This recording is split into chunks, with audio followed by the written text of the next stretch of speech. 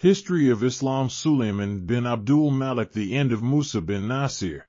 Regarding Musa bin Nasir, it has been mentioned above that he maintained peace and order in all of North Africa and completed the conquest of Andalusia. Musa's father Nasir Abdul Aziz bin Marwan bin Hakam was the Mullah of the freed slave family. He was considered a member of Marwan. The courage of this brave leader can be estimated in the way that he intended to conquer all of Europe with only 15 and 20,000 troops. When Musa bin Nasir arrived in the capital, his esteemed Caliph Walid had died. Instead of treating Musa with respect, Suleiman imprisoned him and imposed a heavy ransom on him, which was beyond Musa's ability.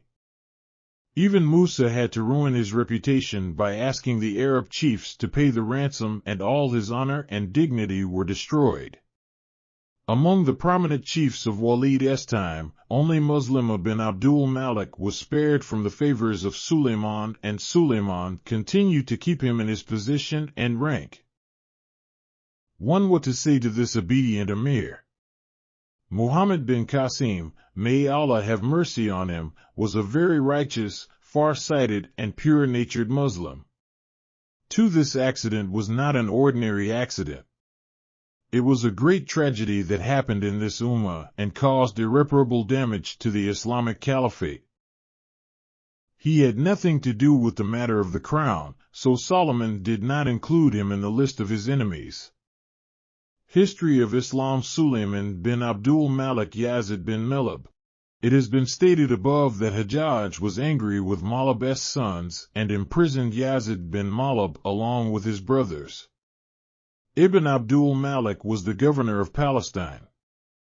It has also been mentioned that Hajjaj had appointed his son Abdullah bin Hajjaj as the governor of Iraq in his place at the time of his death, and Walid bin Abdul Malik had approved this appointment. After his death, when Suleiman bin Abdul Malik sat on the throne of the caliphate, he first deposed Hajjaj's son Abdullah and appointed Yazid bin Malab as the governor of Iraq in his place. If I act harshly, I will be infamous like the pilgrims, and if I act with concession and gentleness, I will fall from the eyes of Suleiman bin Abdul Malik. Therefore, he took these measures to make Suleiman bin Abdul Malik agree to this. Should he appoint Saleh bin Abdul Rahman as the officer of the Tahsil Carriage of Iraq, i.e. Sagamal, and the rest of the administrative and military matters should be related to the governor of Iraq, i.e. Yazid bin Milab. This desire of Yazid bin Malab did not displease Suleiman because he knew that Hajjaj had imprisoned Yazid bin Malab by accusing him of embezzling government rupees. He was sent to Iraq first. After that, Yazid bin Malab also became the governor of Iraq and entered Kufa. At the same time, news came that Qutbah bin Muslim was killed in Khorasan. Yazid preferred the governorship of Khorasan because he and his father had been governors of Khorasan. By giving the governorship of the province of Khorasan, he kept Iraq under him as well. Yazid left his separate deputies in Kufa, Basra, Wazit, etc. in Iraq and went to Khorasan himself.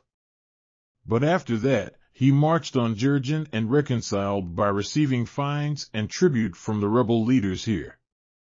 The people of Jurjan revolted again after a few days.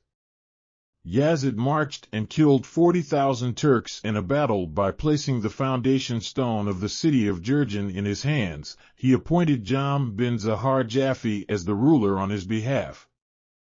Before this, Jurjan was not the name of a city, but it was a mountainous region, which included many small villages. Milab settled a city which became No. as Jurjan after conquering Tabaristan and appointed him as its ruler.